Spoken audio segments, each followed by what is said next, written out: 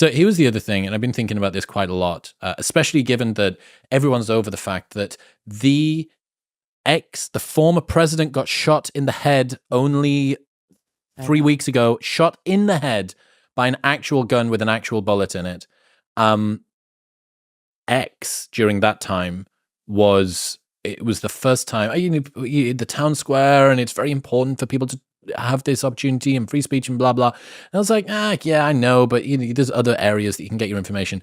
And that was one day where I thought, oh, this serves the most unique purpose, because I wasn't going to Instagram, I wasn't going to Facebook, I wasn't going to get it on Threads, I wasn't going to get it on TikTok.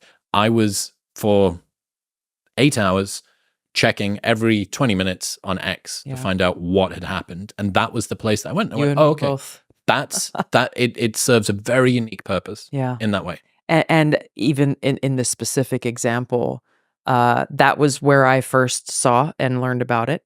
And it came from videos that, iPhone videos that people were posting, and seeing how that information was relayed in real time, and how different it was from the headlines, the very first headlines that we saw coming out of, CNN, MSNBC, even AP, and a lot of these mainstream news outlets. It was so stark to see the difference between, like, clearly, if you have heard shots fired before, like, I know that sound, and as soon as I saw a video with sound, it's like, oh, there's multiple shots fired. Yeah. And then to flip over to CNN and be like, President Trump fell to the ground, and popping sounds were heard. It took several hours before they would even issue one headline that said, there was an assassination attempt, or even just that there were shots fired at a Trump rally. What's the so I understand that was the headline. Some people would say that prudence during a time when you're uncertain, not wanting to cause too much public panic, all the rest of it would maybe be a good strategy. What is the... Why would they do that? Yeah, what's the straw man case for it? Or what's the nefarious case for why they would... Trying to make Trump look silly at a time where the Fox News had been making Biden look silly for falling down on a stage. I see. And drawing some kind of parallel to make Trump look weak. But it's so short-sighted. I mean, I agree. My God. I agree. Because you're going to have to change the headline at some point, and you know that Jack Posobiec or someone else is going to screenshot it and put it side by Here's side. the interesting thing, though, is you saw that happening just after the shooting occurred and for several hours after. And then you see Christopher Wray, the FBI director, in front of Congress saying, well, the other day, we still don't know if he was actually hit by a bullet, or maybe it could have been a glass shard, or maybe it could have been shrapnel, or it could have been this or that. And this was just like in the last 72 hours, several days after the shooting had occurred. Everyone agreed that the shots were fired. Unfortunately, someone was killed, others seriously injured.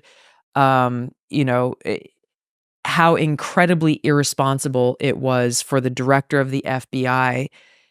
All he had to, if he still wasn't sure at this point, which I find shockingly hard to believe, why wouldn't he just say, I can't comment on this, or we're still investigating this, or whatever the case may be.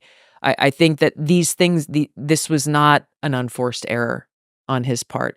It was an attempt to cast doubt on President Trump's integrity and to make light of the seriousness of what had just occurred. Because the difference between actually being hit by a bullet and being hit by a piece of glass that was first hit by a bullet meant to hit you is symbolically important. Well, you look at the narratives, right? You look at President Trump in his nomination acceptance speech at the Republican convention, I believe he said something like, I took a bullet for democracy, something along those lines.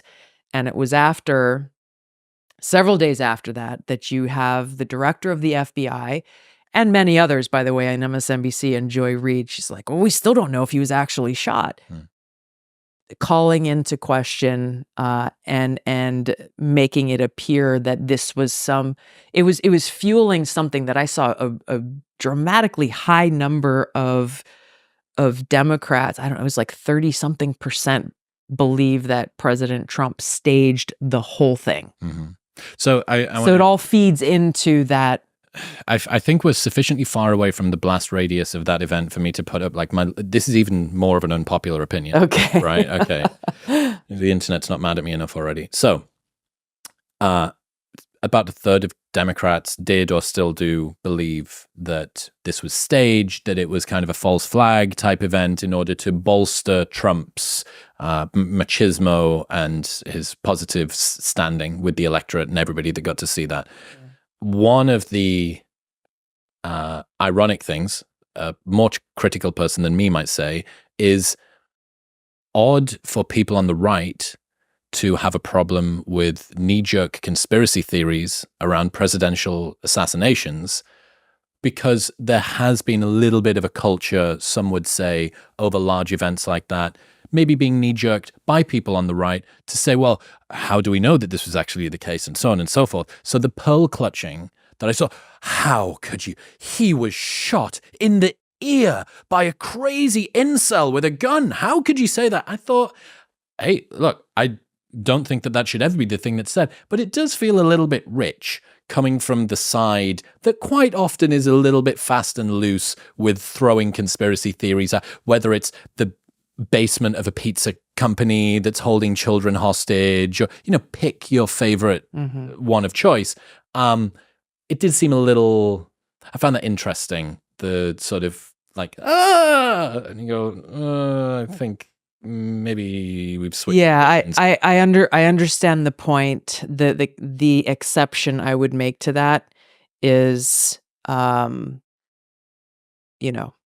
turn of a head, and we would be talking about the now deceased President Trump. Mm-hmm. It's as close as you can get. The seriousness of what obviously played out. Oh yeah, I mean it was, and that's and I get it. Yeah, there are theories about everything under the sun these days.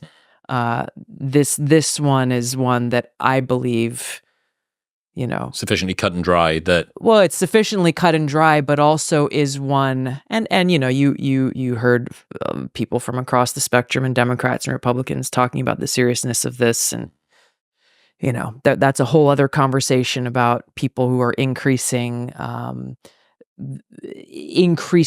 divisive and violent rhetoric now, saying there's no place for political violence, and so that's a whole other thing. But in these moments, even if this, look, if this had happened to President Biden, there should have been the same immediate response of recognizing the seriousness of what had occurred. Thoughts and prayers for literally Hitler is an interesting juxtaposition. That is an interesting point. Thoughts and prayers for literally today, I hadn't thought of that. Literally Hitler yesterday. For the guy that they called Hitler yesterday. Yeah. Can we just try and imagine for a second what would have happened had Trump's head been 1 centimeter, maybe an inch to the left?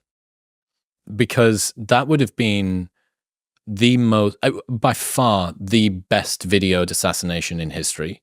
There's never been any. You look at how many Zapruder film type thing you have of JFK. Yeah. Absolutely nothing. No, iPhone cameras everywhere in every direction. And what do you think would have happened if Trump had actually been hit?